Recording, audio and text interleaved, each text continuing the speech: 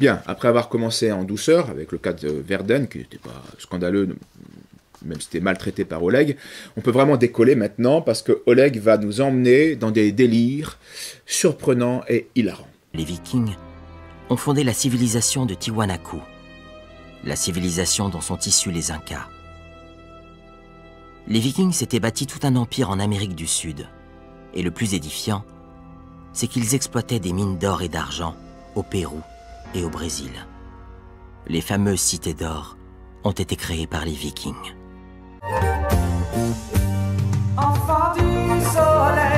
Alors marrant, non? Mais pour l'instant, retenez bien ceci. Selon Oleg, les Incas sont une civilisation fondée par les Vikings. Et l'empire Inca était, on le sait, avant tout un empire guerrier, qui, comme tout empire, soumettait les tribus conquises à des tribus versées sous forme de corvées. Cette société était fondée sur un système de castes, et on ne pouvait que très difficilement et exceptionnellement changer de rang. Un paysan ne pouvait pas devenir dirigeant. L'homme travaillait au champ ou dans l'artisanat, tandis que la femme s'occupait de la cuisine, de l'entretien de la maison. Le système exerçait aussi une politique de domination par les sacrifices humains. Les personnes, les hommes, les femmes ou enfants étaient offerts en sacrifice et ils devaient être donc de bonnes conditions pour que le sacrifice soit un vrai... on n'offrait pas des déchets, on offrait des gens en bonne santé, pour que ce soit un vrai sacrifice. Parmi les jeunes filles choisies dans chaque province, pour être des femmes choisies, donc réservées, une partie d'elles était réservée au sacrifice. Pour eux, donc pour les Incas, dans la mentalité Inca, la victime ne mourait pas. Elle devenait un être comme divinisé, un gardien du territoire Inca. Donc avant la mise à mort, le sacrifié devait boire un alcool de maïs très fort, et dans de nombreux cas, eh bien, il était ensuite enterré vivant, et ayant perdu conscience, il mourait d'hypothermie. C'était une manière de sacrifier. Alors maintenant qu'on sait tout cela, écoutez notre historien Oleg. Dans le film Templiers Vikings Cathédrale, nous avions démontré que le phénomène viking était une révolution odinique internationale. Une contre-attaque destinée à l'Empire chrétien qui asservissait les païens. Cette guerre était un combat pour la liberté et l'égalité. Une bataille menée contre la pensée unique et contre l'établissement d'une caste dominatrice. L'Église étant intimement liée à la politique, c'était aussi une guerre de religion, un face-à-face entre les dieux et les déesses odiniques et le Dieu unique chrétien. Les Vikings étaient des croisés. Ils rétablissaient la liberté pour les paysans et pour les femmes partout où ils prenaient le pouvoir. Oui, donc tout cela est simplement stupide.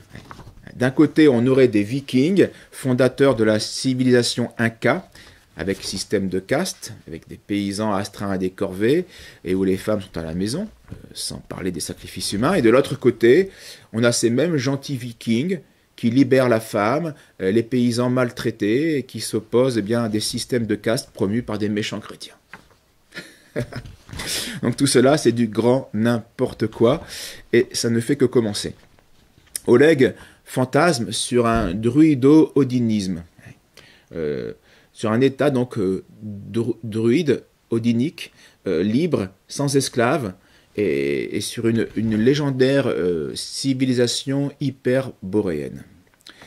Alors, les sociétés celtes et germaniques, la guerre des Gaules de César en fait foi, on le sait, réduisaient elles aussi leurs captifs de guerre en esclaves. C'était une pratique universelle. De plus, on sait que les Celtes de Gaule fournissaient des esclaves au comptoir grec de Méditerranée.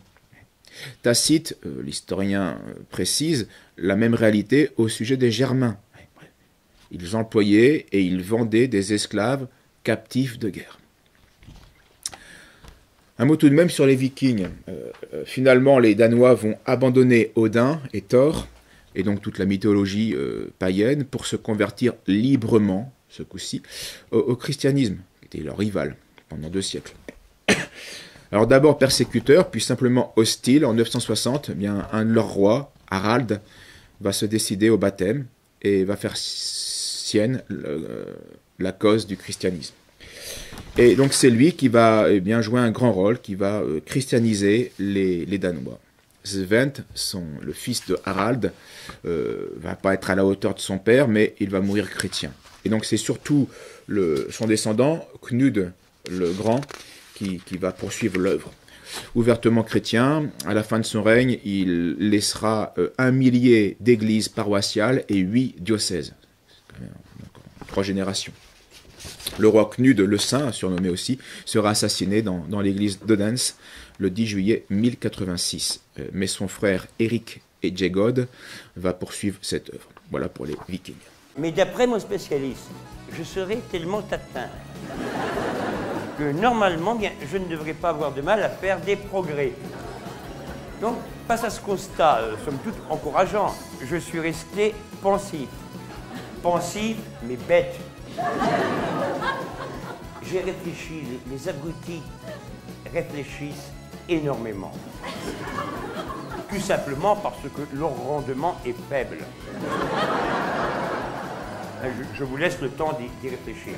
En fait, j'étais extrêmement prétentieux. Je me prenais carrément pour un médiocre, alors que j'étais nul.